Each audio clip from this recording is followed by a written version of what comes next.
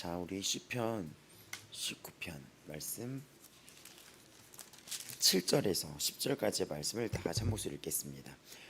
여호와의 율법은 완전하여 영혼을 소성시키며 여호와의 증거는 확실하여 우둔한 자를 지혜롭게 하며 여호와의 교훈은 정직하여 마음을 기쁘게 하고 여호와의 계명은 순결하여 눈을 밝게 하시도다. 여호와를 경외하는 도는 정결하여 영혼까지 이르고 여호와의 법도 진실하여 다 의로우니 금 곧 많은 순금보다 더 사모할 것이며 꿀과 송이꿀보다 더 달도다. 아멘. 자, 우리가 어저께부터 그 이사야서가 말하고 또 우리 이 성경 이 이사야서 이 성경을 통하여 말하고 있던 것이 결국에는 이사의 앞가시 그 끝을 보면은 예배로 이렇게 봤었습니다. 예배로 그거를 봤었습니다. 그리고 성경 전체도 창세기와 이 요한계시록을 보면 창세기에서도 사람을 지으신 것이 경배하고 예배하기 위해서 사람을 지으셨으며 또 요한계시록의 마지막도 보면은 우리가 천국에 가게 된다면 영원한 새하늘 새 땅 저 새 예루살렘에 거하게 되었을 때 우리는 뭘 하냐면 뭐 우리가 아무것도 안 한 줄 알아요. 그러니까는 천국으로 가면 아무것도 안 하는 줄 알고 그냥 가만히 있고 그냥 이러는 줄 알고 있습니다. 그렇게 하고 있는데 그게 아니라 우리는 천국에서도 끊임없이 부지런하게 예배를 하며 그랬던 자였고 또 하나님이 지으신 세상을 가꾸고 사랑하고 지켜나갔던 자들이에요. 우리는. 근데 그거가 다시 회복되면서 우리가 그 혼인잔치에 갔어도 그런 예배하는 자로 지내게 되는 거예요. 그 어저께 우리가 봤었을 때 예배를 봤었을 때 어떤 것들이 있었냐면 그 성경도 보면은 구약 때부터 구약 그 보면은 성막의 그 이야기부터 시작해서 하나님은 예배를 강조하고 있었다는 것을 보게 됩니다. 출애굽해서 그 백성들을 이집트에서 출애굽시켰을 때 하나님은 이들에게 제일 먼저 한 게 너희들은 제사장 나라가 될 것이다 라고 얘기를 해요. 기억나시죠? 제사장 나라 반복적으로 했었잖아요. 제사장 나라라는 것은 너희가 이 땅에서 예배하는 민족이 될 거란 얘기예요. 근데 그 이야기는 곧 우리의 이야기며 하나님이 우리를 불러내셨을 때 우리에 대한 정체성을 먼저는 그렇게 얘기해 주시는 거예요. 너희는 이 땅에서 제사장 나라 이거를 구별됐다고 얘기하는 거예요. 그래서 구별됐다는 것은 곧 예배로 구별됐다는 거예요. 세상으로 구별된 게 아니라 그 기준점이 하나님께로 구별됐다는 것입니다. 그럼 오늘 우리가 나누게 될 것은 제가 지금 그 기준점이 하나님께로 구별됐다고 하는데 그 기준점이 무엇입니까? 그 기준점, 예배하는 나라로 우리가 기준점을 갖고 구별되게 살아가는 그 기준점은 말씀입니다. 예배라는 것은 말씀으로 돌아가고 말씀으로 회복하는 것이 오늘의 중점인 거예요. 어저께 했던 이야기를 우리가 그래서 보면은 이사야서의 마지막 66장을 보면 스스로 정결하고 스스로 깨끗하게 구별됐다는 내용이 있는데 그들이 어디서 구별됐냐면 우상 숭배, 세상의 재물 앞에 가서 구별되어 행동했다 그러잖아요. 우리는 거기서 구별될 게 아니라 다른 기준점, 우리가 마땅히 구별되어 살아야 되는 그 기준점이 있는데 그 구별되어 살아야 되는 것은 세상의 다른 우상이 아니라 하나님 앞에 구별되어야 되는데 하나님 앞에 구별되어 살아간다는 것은 바로 예배를 의미합니다. 하나님 앞에 구별되어 살아간다는 것은 예배를 의미하고 그것이 거룩하게 산다는 걸 예비하고 그것이 예배인데 그럼 하나님 앞에 구별되어 살아간다는 것은 말씀이에요. 말씀이 우리의 구별점인 거예요. 그래서 어저께 이사야서 66장 보면은 세상 사람들이 다른 것에 구별되어 살아가고 있죠. 다른 우상으로 자기를 구별되어 하고 있잖아요. 그리고 우리가 어저께 보면은 사람은 각자의 그런 어떤 숭배하는 그런 것들이 있다고 말씀을 드렸잖아요. 우리가 사람은 그 마음에 사람이 이게 설계가 되었을 때 무언가를 숭배하고 무언가를 경배하는 이런 구조적으로 돼 있어요. 그리고 신기하게 전 세계 어떤 나라를 봐도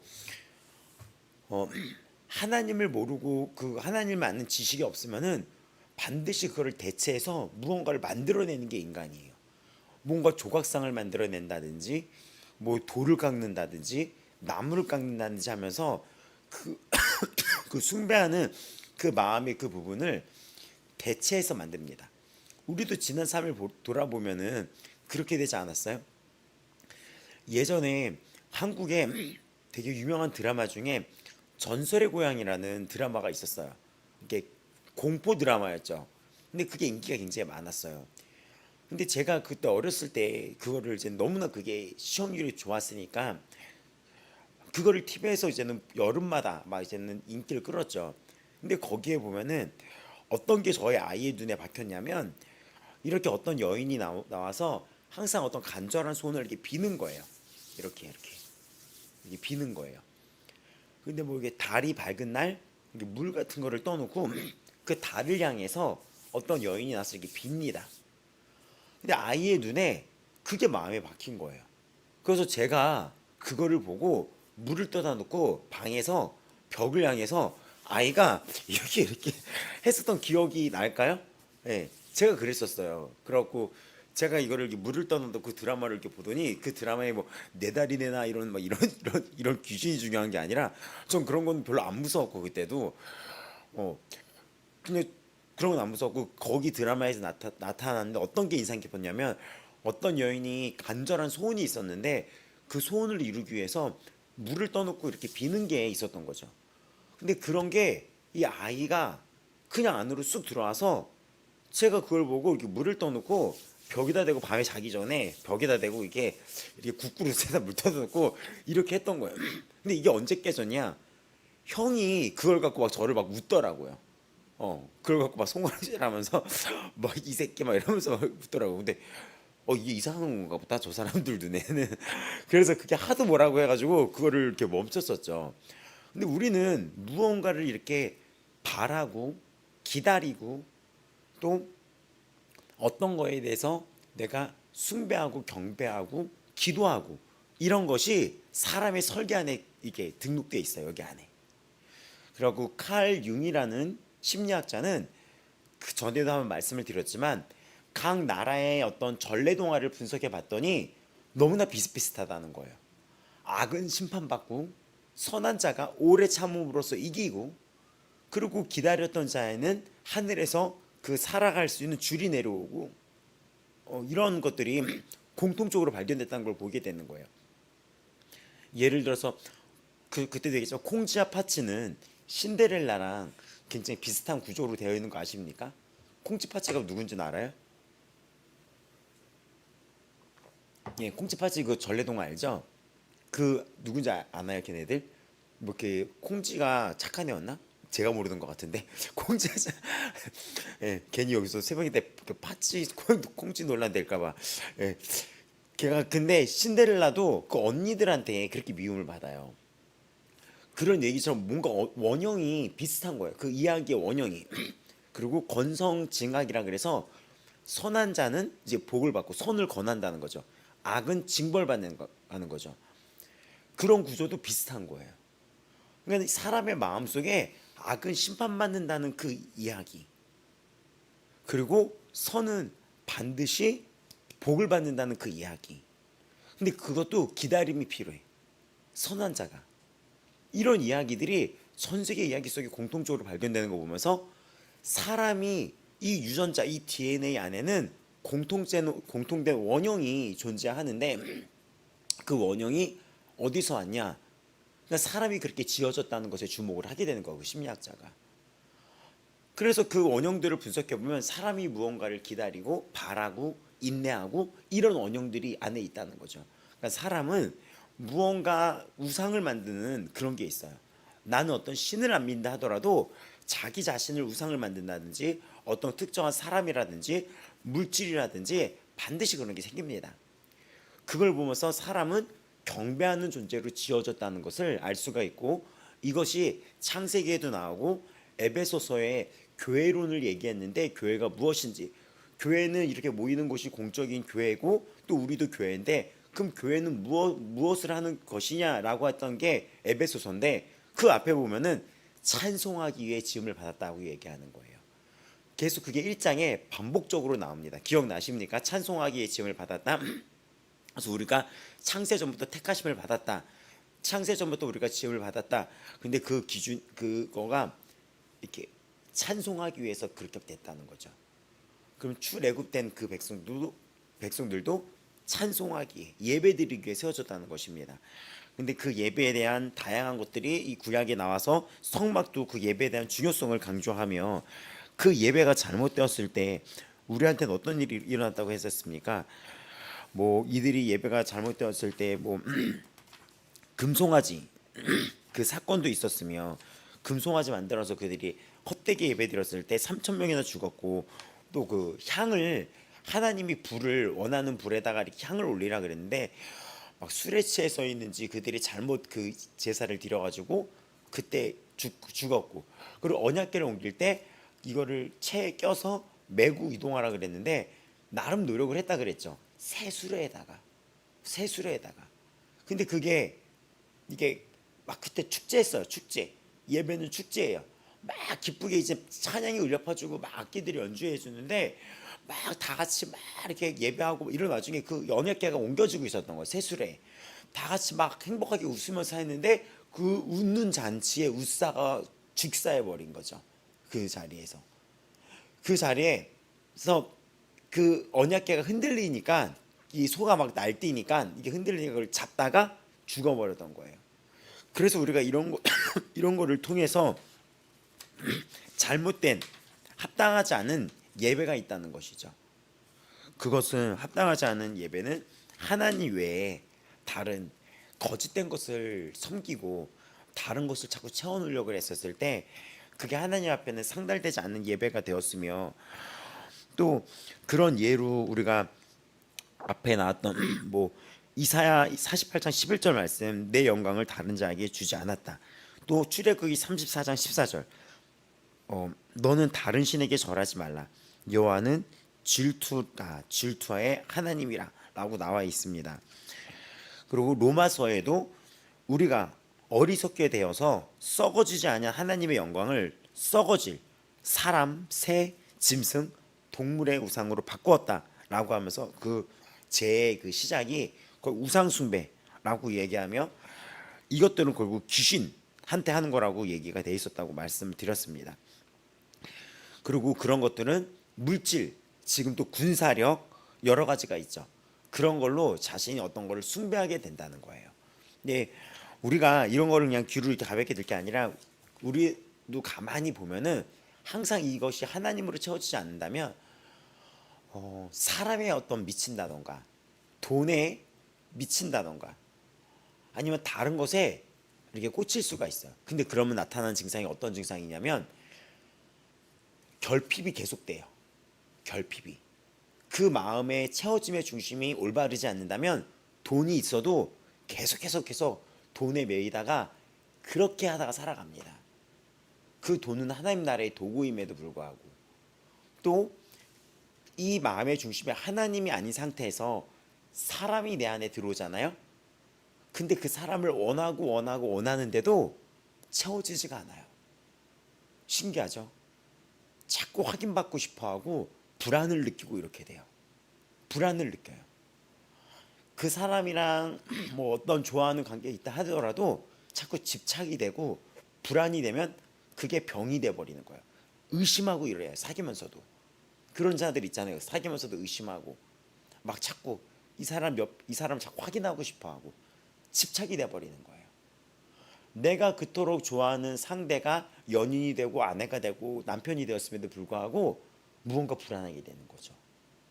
돈을 벌었음에도 불구하고 내가 이 돈에 있어서 지금 당장 부족함이 없음에도 불구하고 이 돈에 관련된 것은 불안이 오게 되는 거예요.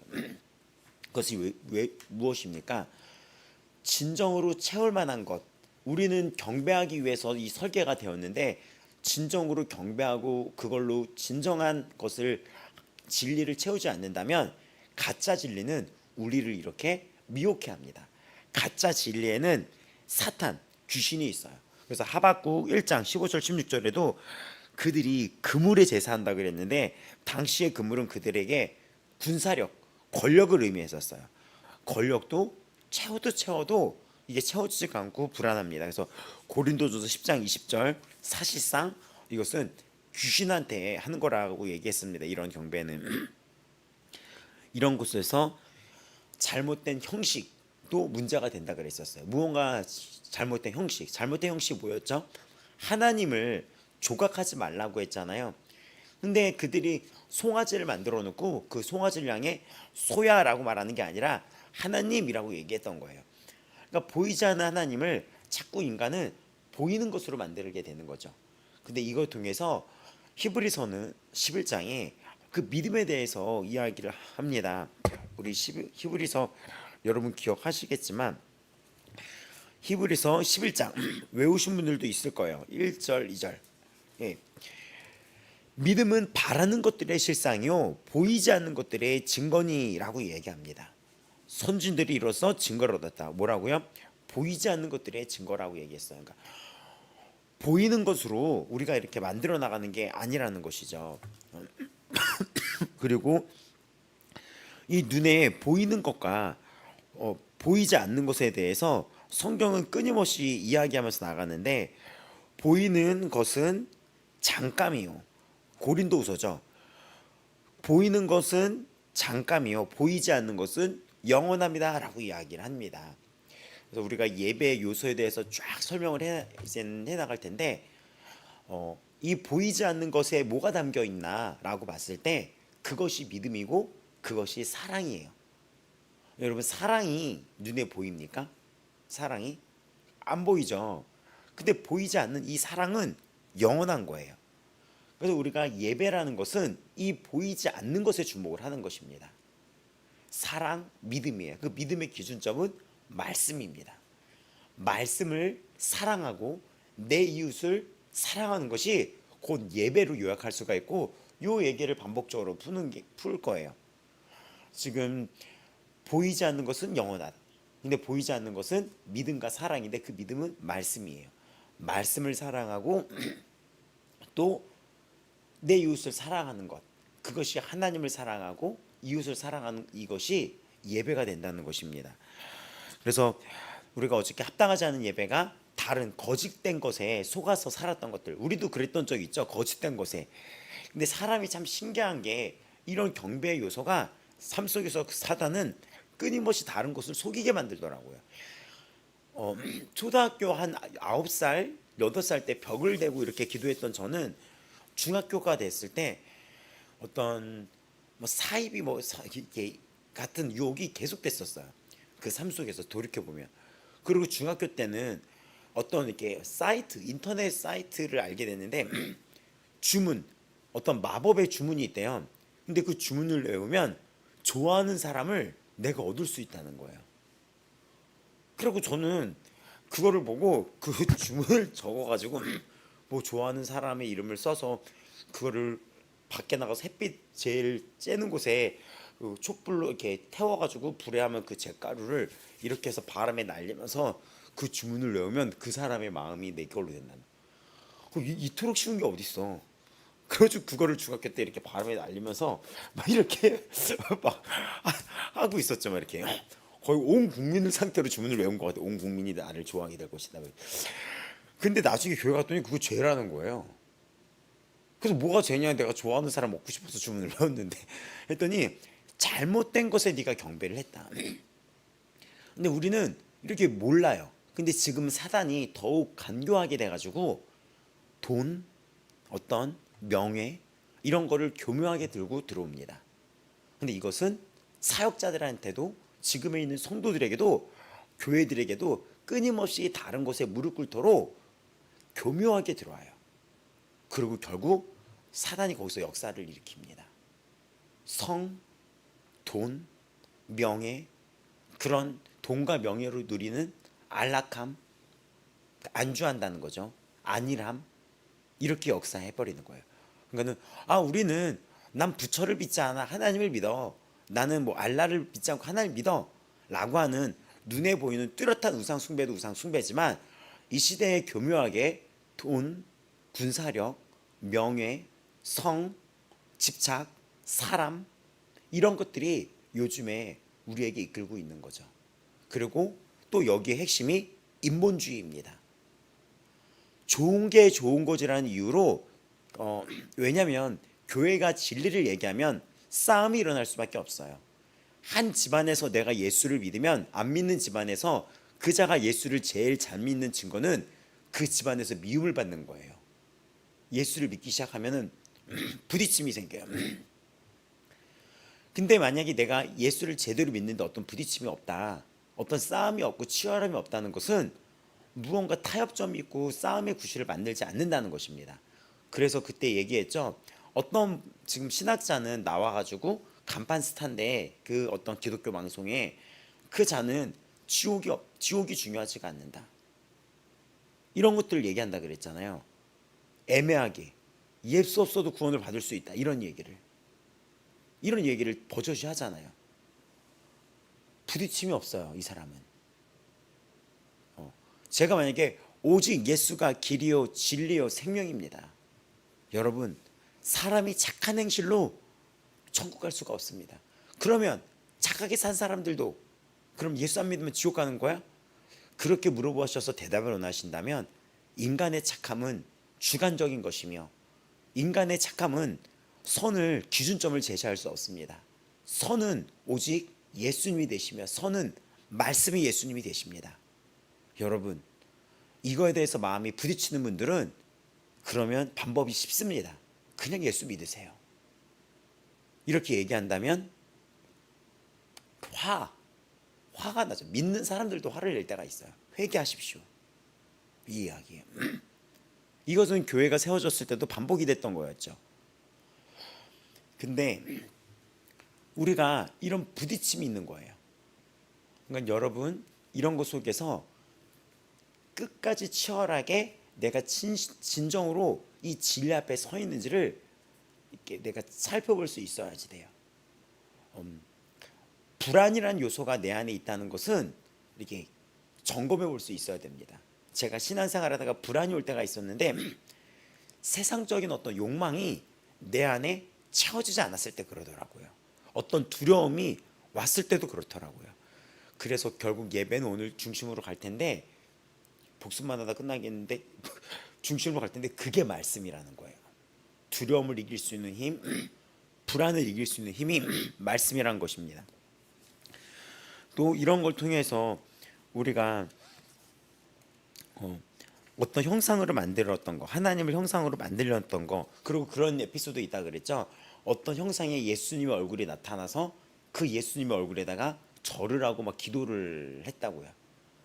뭐 그랬던 것들 많이 있어요. 어떤 눈밭에 예수님의 얼굴이 나타났다 그래가지고 그걸 액자로 만들어서 걷는 경우도 있었고, 그것도 유명한 그림 있잖아요.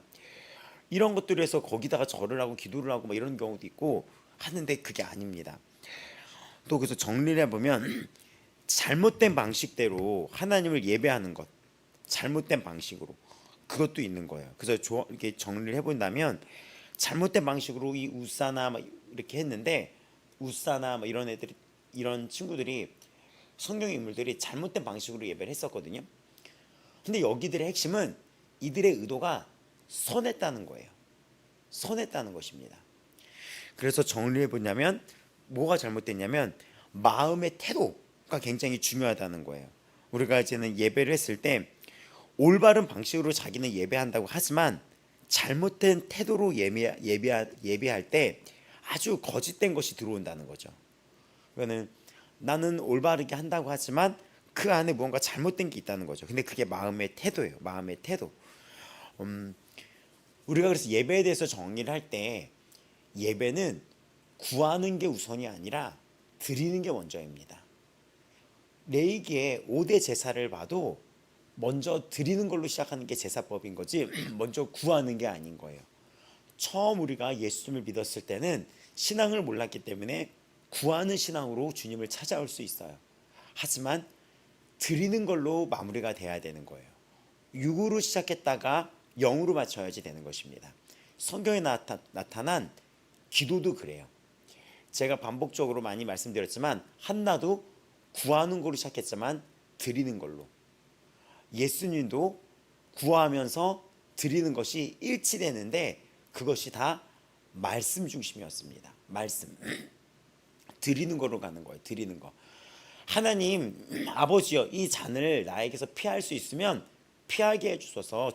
치워줄 수 있다면, 근데 내 뜻이 아니라 하나님께 뜻대로 하여 주시옵소서 하면서 결국엔 드리는 걸로 마무리가 돼버리는 거예요. 그러면서 저를 영화롭게 하여 주시옵소서 합니다. 그래서 이런 잘못된 태도에 대한 예배는 성경에 끊임없이 지적이 되는데, 이 당시에 구약 사람들이 끊임없이 예배를 드렸는데 그들의 방식이 똑같은 제사의 방식을 드렸는데 태도가 잘못됐다는 게 무엇이냐라는 예가 나타나요. 말라기 1장에서 너희가 더러운 떡을 나의 제단에 드리고, 1장 7절에 나오거든요. 더러운 떡을 나의 제단에 드렸다. 그리고 예배를 하나님 앞에 예배를 업신여겼다는 거죠. 그들이 가진 가장 좋은 것을 드리지 않고 눈먼 것 젖는 것 병든 짐승을 드렸다. 7절 8절에 나오는 거예요. 이렇게 따진다면 우리가 이 예배 드리려고 예배당에 나오지만 그 태도를 하나님이 보고 계시다는 것입니다. 여러분이 헌금 내는 것, 그 헌금의 출처, 그 마음, 그걸 다 보신다는 거예요. 그 마음의 뭐 계산됨 이런 것들 다 아시고 계신다는 거예요. 그런 것들.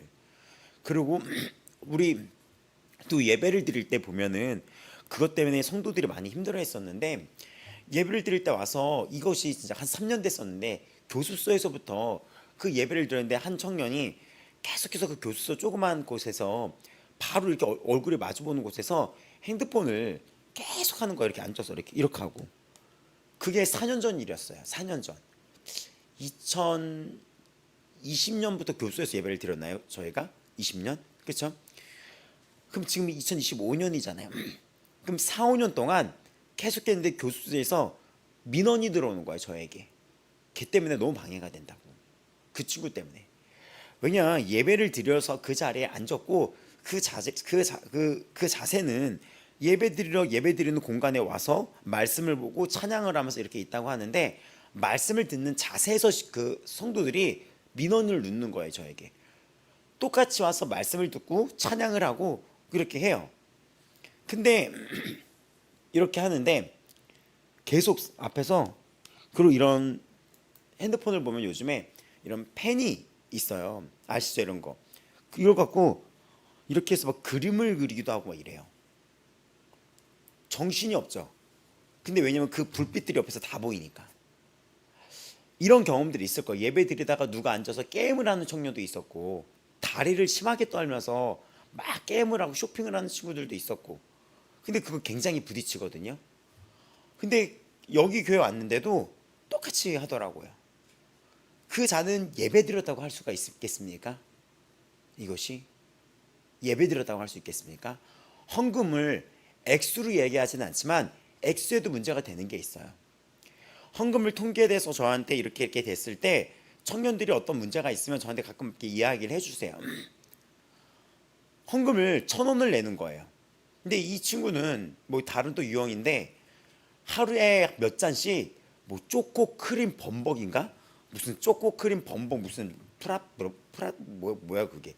그래가지고 막 이렇게 해서 이만하게 사이즈 이만한 사이즈로 먹어요. 근데 그게 6,000원, 7,000원인 거죠. 그걸 하루에 2-3잔씩 꼭 먹어요.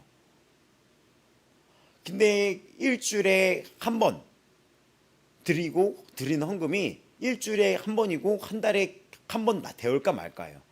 한 달에 한 번 하나님께 드리는 그 물질의 마음이, 물질은 마음이 묻어 있거든요. 물질은 사람의, 요즘 현대인의 척도가 믿음의 척도가 무엇입니까? 시간과 물질 아닙니까? 시간을 드릴 수 있는 것에 마음이 있는 거고 돈을 드릴 수 있는 것에 마음이 있는 거 아닙니까? 얼마나 사람들이 그 중심적으로 철저합니까? 내가 어떤 시간을 드릴 수 있고 물질을 드릴 수 있는 것에. 근데 그렇게 1,000원인 거죠.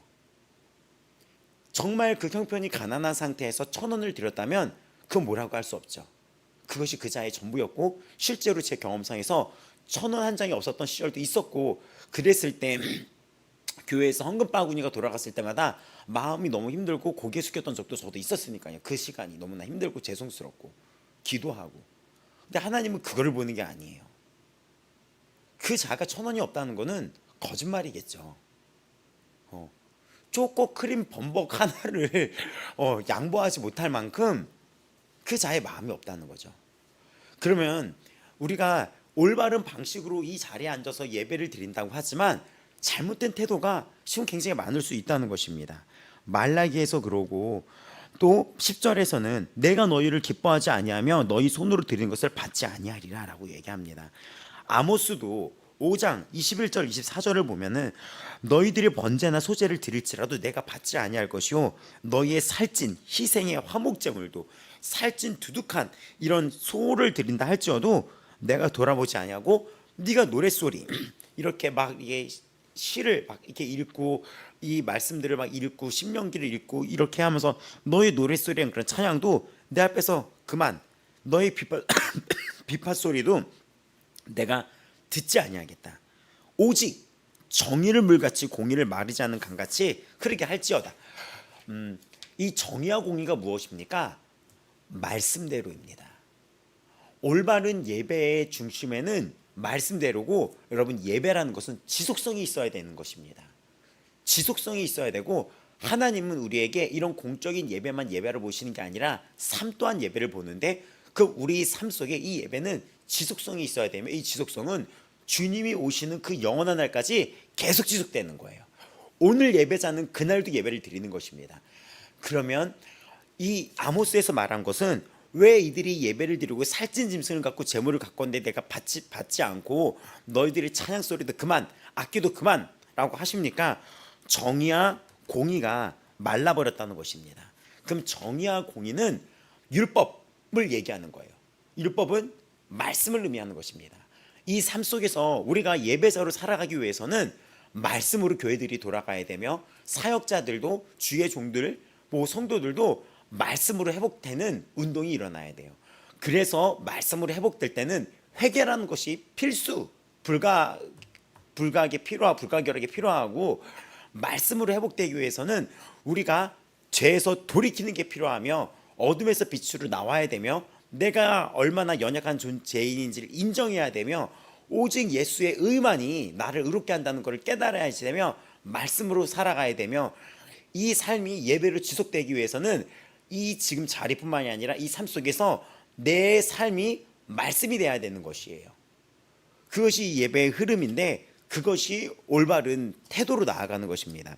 호세아 6장 4절에서 6절을 본다면 에브라임이 믿는 사람들을 얘기한다는 걸 이제 아시죠?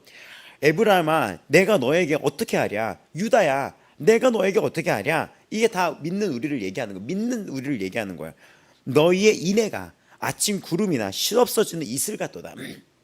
인애는 헤세드라고 하나님이 성경에서 끊임없이 얘기했던 하나님이 보여주는 사랑을 얘기하는 것입니다. 그러니까 이 모든 것들이 공의, 정의, 율법이라고 했던 이런 말씀이나 아니면 사랑, 인애가 우리가 보이지 않는 것들인 거예요. 믿음으로 사랑으로 살아가는 것이 예배인 것이에요. 너희의 인애가 아침 구름이나 시없어지는 이슬 같도다. 그러므로 내가 선지자들로 그들을 치고 내 입의 말로 그들을 죽였노니 내 심판은 빛처럼 나오니라. 나는 인애를 원하고 제사를 원하지 않는다. 그 인애의 중심이 무엇입니까? 사랑인데 먼저 마땅히 사랑해야 될 분을 사랑해야 되는 것입니다. 하나님이죠. 나는 인애를 원하고 제사를 원하지 아니하며 번제보다 하나님을 아는 것을 원하노라 라고 이야기합니다. 나는 번제나 제사를 원하지 않는다 라는 말이 있어요. 근데 이런 말씀은 계속해서 반복이 되고 있는데 우리가 잘 알고 있는 사무엘상 15장 22절에도 순종이 제사보다 낫다라고 이야기하는 거예요. 그리고 호세아에도 지금 6장 4절에서 6절에도 나는 제사를 원하지 아니한다. 그럼 물음표. 하나님은 예배하면서 제사는 예배인데 왜 예배를 원하지 않다고 하지? 그리고 순종이 제사보다 낫다라는 그 말이 무엇이지? 거기에 답이 있는 거예요. 제사의 중심은 이런 형식, 이런 육체에 매이는 것이 아니라 행위에 매이는 것이 아니라 그 순종이라는 그 마음의 태도, 그 중심의 영역에 있다는 것입니다. 여기 나와가지고 그 시간을 앉아있는 것이 예배가 아니라 여기 나와서 그자의 마음이 어디에 있는지 창세기에서 사람이 죄를 지었을 때 하나님이 물으십니다. 예배하는 민족으로 사람으로 예배하는 존재로 사람을 지으셨는데 아담이 죄를 져서 죄를 졌다는 것은 말씀에서 떠났다는 거예요. 그랬을 때 하나님이 아담을 찾는데 어떻게 찾는지 아십니까? 아담아 아담아 네가 지금 어디 있느냐라고 하면서 사람의 존재를 네가 지금 어디 있느냐라고 묻고 있어요. 그러면 우리가 지금 이 자리에 있다고 해서 다 하나님 안에 있다는 것이 아니게 되는 것입니다. 우리는 이 자리에 있거나 세상에 있거나 하나님 안에 있는 것이 우리의 정체성이에요. 네가 어디에 있느냐라는 것은 굉장히 존재론적인 질문이었던 거예요. 네가 어디 있느냐? 말씀 안에 있고 말씀이 허락된 세상 안에서 있어야 될 이 자가 어디 있냐는 거예요. 오늘 이 자리에서 예배를 드리지만 오늘 이 자리의 성도들에게도 하나님은 지금도 동일하게 물을 수 있어요. 당신은 지금 오늘날 어디에 있냐고. 세상에서 내가 교회 다닌다고 살아가고 있지만 하나님은 오늘 우리에게도 물을 수 있습니다. 네가 오늘 하루 어디에 있느냐, 내가 어디에 속한 자였는지 여러분 깨달으셔야 돼요. 그래서 우리가 찬양도 이런 찬양들이 있죠. 나는 주님께 속한 자래요. 이런 찬양도 있고 나는 주님께 속한 자라고 하는데 입술로도 찬양하고 성경도 보고 그렇게 보지만 네가 지금 거하는 그 전이 성령에 거하는 전인 줄 알지 못하느냐라고 얘기하는 거예요. 내가 지금 성령의 전인지 존재론적인 거에서 계속 물어보세요. 그래서 나는 인애를 원하고 제사를 원하지 않는다는 것은 예배를 원한다는 것이 아니라 잘못된 예배에 그 중심이 있다는 것입니다. 그래서 이거는 예배가 아니라 위선이었으며 그 제물은 하나님 앞에 굉장히 의미 없는 공허한 제물이 되어버린 거예요. 오늘날도 하나님께 실체가 아닌 상징들을 드리는 거죠. 물질을 드린다는 11조의 의미가 무엇인지 아십니까? 10분의 1 중에 10분의 1은 하나님 것이고 10분의 9는 내 것이야. 그럼 그런 어리석은 말이 어디 있겠습니까? 내 것이 어디 있습니까? 오늘 죽어서 하나님이 내려간다면 그 나머지 9도 내 것이 되겠습니까? 10분의 1이라서 10분의 1이라는 그 헌금은 무엇이냐면 첫 것을 의미하는 거예요. 첫 것은 전체를 대표하는 것입니다. 그래서 아벨의 예배와 가인의 예배의 그 차이에 보면은 아벨은 제사를 받는데 가인은 받지 않았다의 차이는 뭐냐면 아벨은 첫 것이란 게 있어요. 첫 것은 대표를 의미하는 것이며 전부를 드렸다는 마음의 고백인 거예요.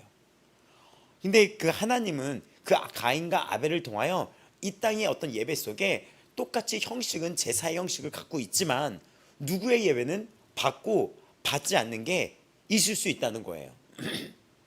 그래서 우리가 이사야 1장 11절 15절에서도 보면은 다시 그래서 우리가 이사야 1장을 보면은 여호와께서 말씀하시되 너희의 무수한 재물이 내게 무엇이 유익하냐.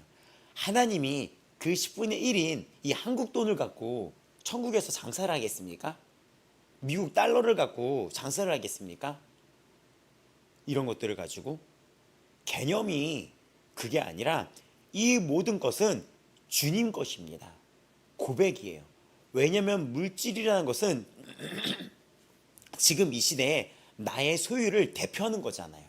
나의 소유를 대표하는 것이 물질이 되는 거잖아요. 근데 나의 소유의 첫 것을 드린다는 것은 인정한다는 것이죠. 인정한다는 거예요. 근데 이 이사야를 보면은 너희 재물이 내게 무엇이 유익하냐. 너희 순양의 번제와 살찐 짐승의 기름에 배불렀고 나는 숫송아지나 어린 양의 순 염소의 피를 기뻐하지 아니한다고 얘기합니다. 너희가 내 앞에 보이러 오니 누가 너에게 이런 것을 요구했냐. 내 마당만 밟을 뿐이라라고 얘기하는 거예요. 그래서 마당 신자라고 마당발 신자라고 여기서 이야기를 하는 거예요. 마당발 신자라고 발바닥 신자라고 얘기를 하는 거예요. 그래서 주님이 오시는 날 그때가 언제인지 모르지만 우리는 들림받습니다.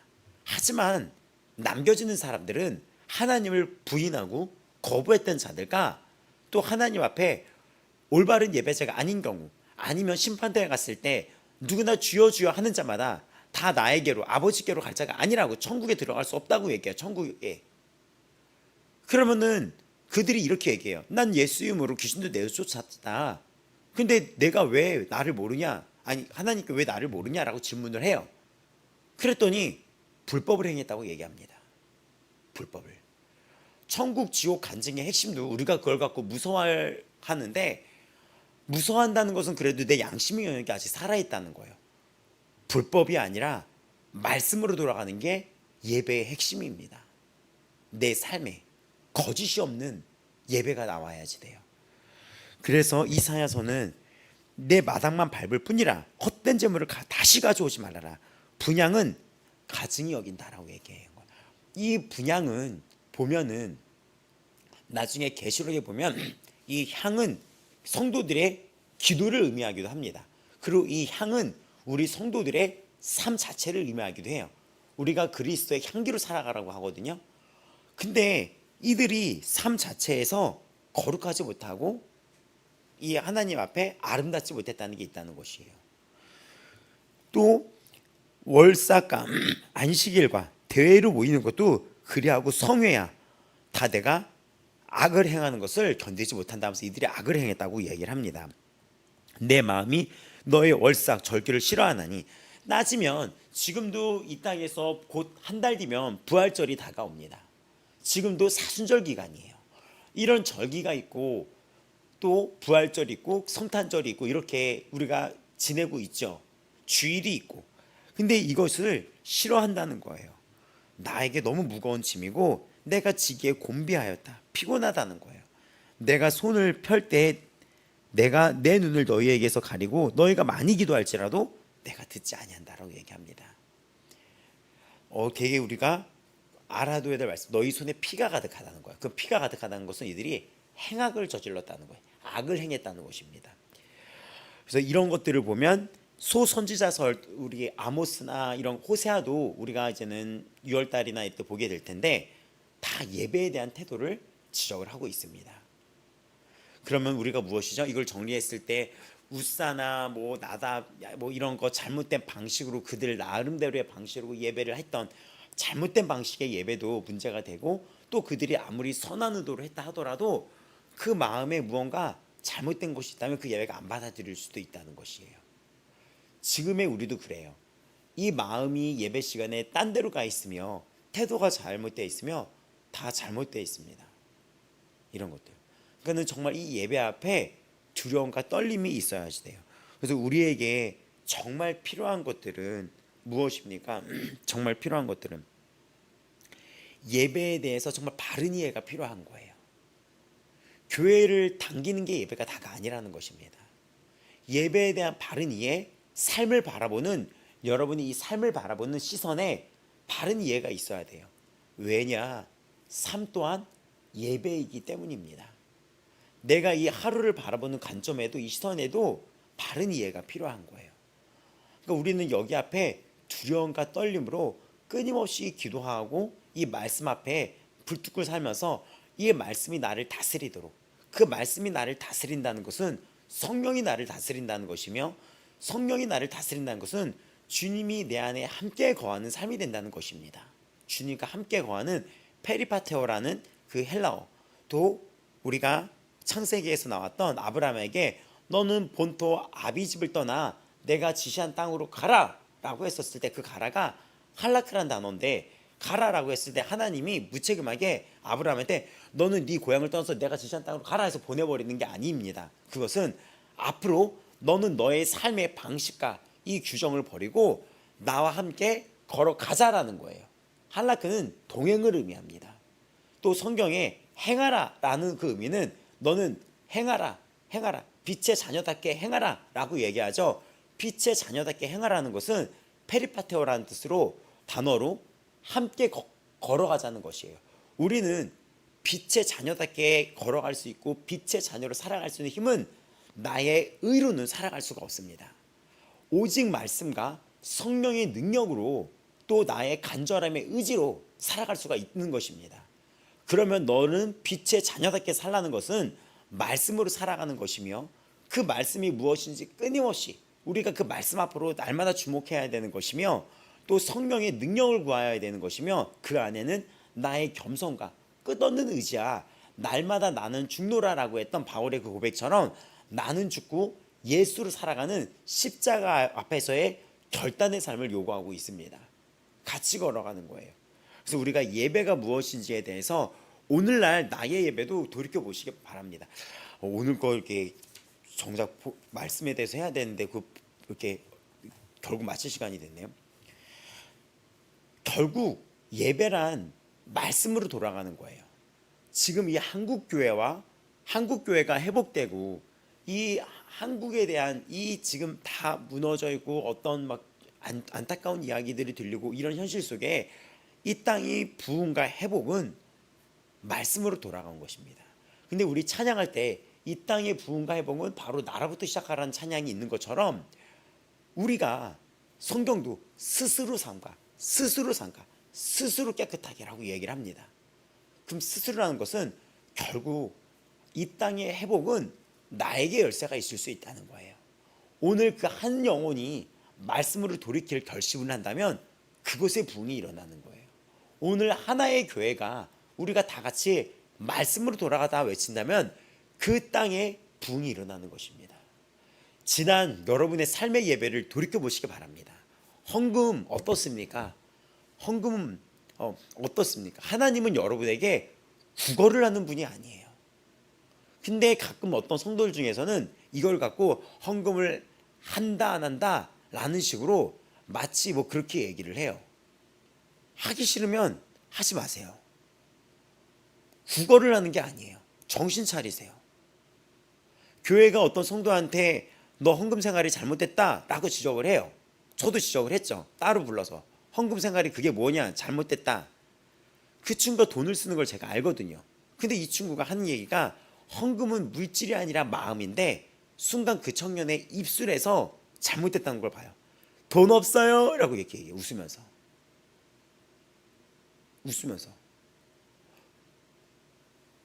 어이가 없네 라는 말이 여기서 나오지 않습니까? 어처구니가 없다는 얘기가. 모태신앙이에요. 어떻게 그렇게 될 수가 있죠? 혼나야 돼. 이거를 태도가 되게 중요해요. 예배도 구걸이 아닌 거예요.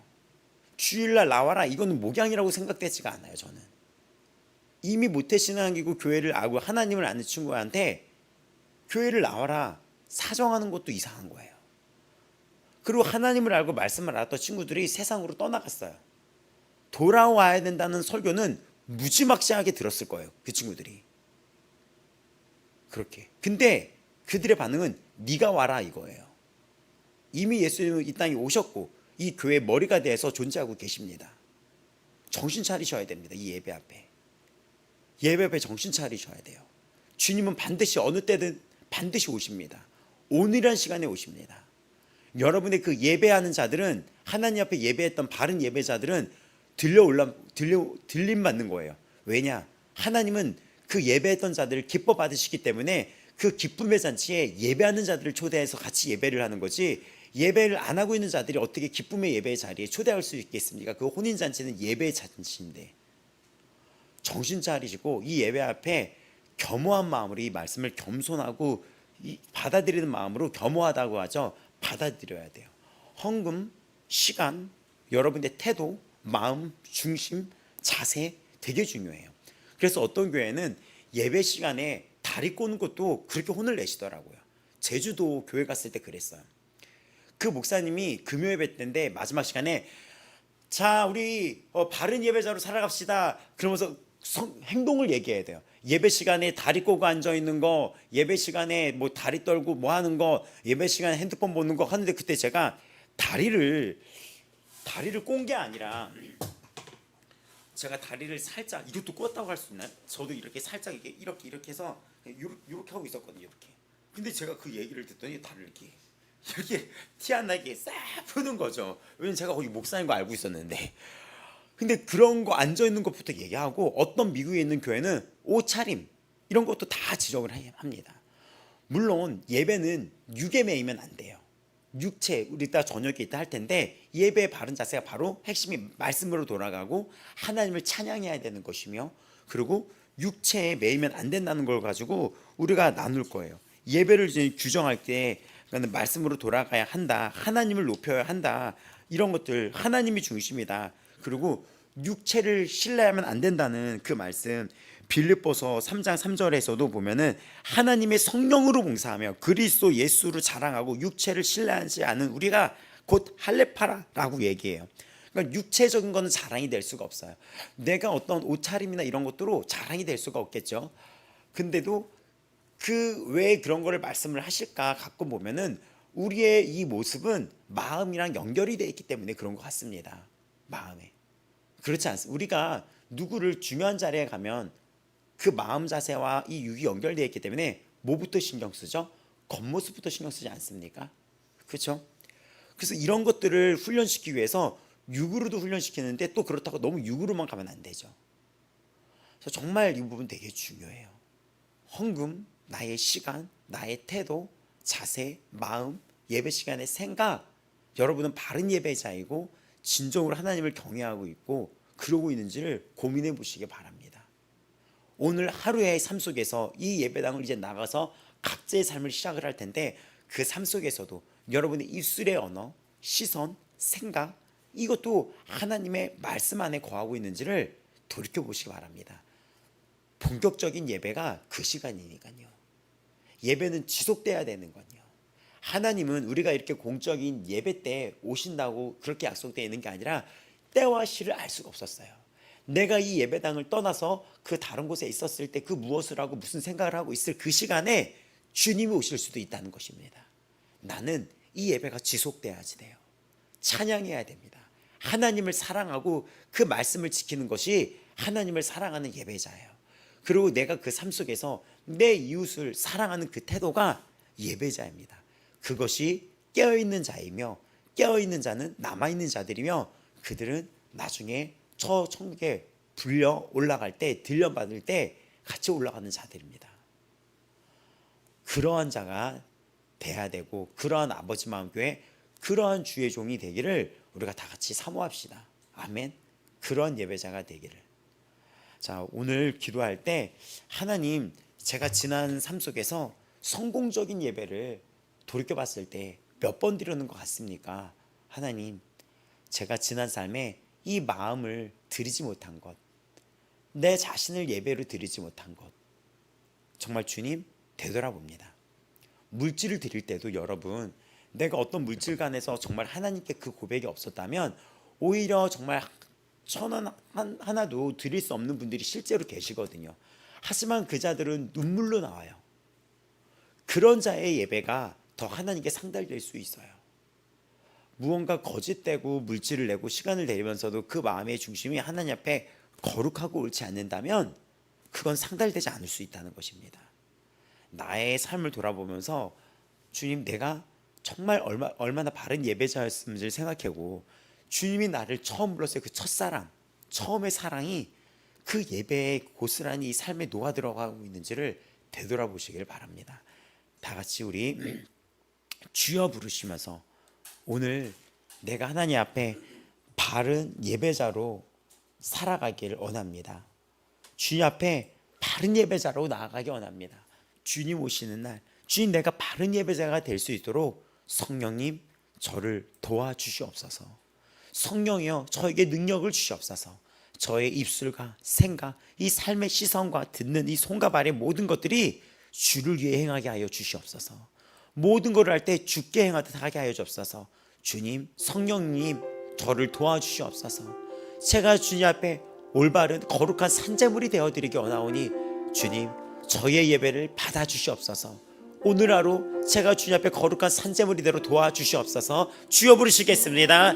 주여 주여. 하나님 아버지 오늘 내가 주 앞에 거룩한 향기가 되어드리기를 기도합니다. 거룩한 제물이 되어드리기를 원합니다. 거룩한 살아있는 제물이 되어드리기 원합니다.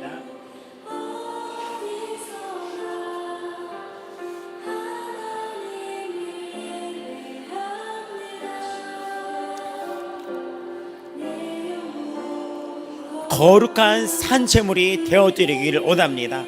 거룩한 산제물이 되어드리기 원합니다.